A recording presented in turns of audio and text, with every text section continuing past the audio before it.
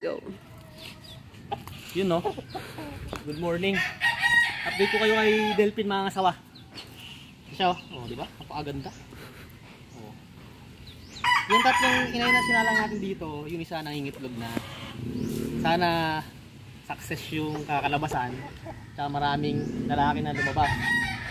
Mabilis nga eh, di ba 1 week lang sinalang, ngayon nangingitlog na ngayon isa. Sana ano, success yung breeding natin at maraming lalaki.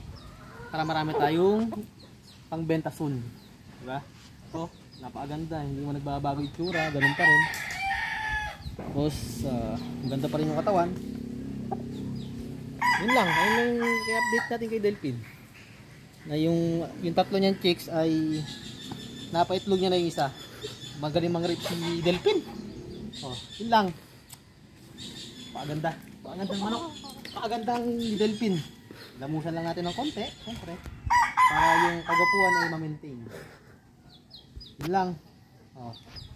Yun lang ha, guys. Follow nyo na, tsaka subscribe nyo na and like. Thank you very much.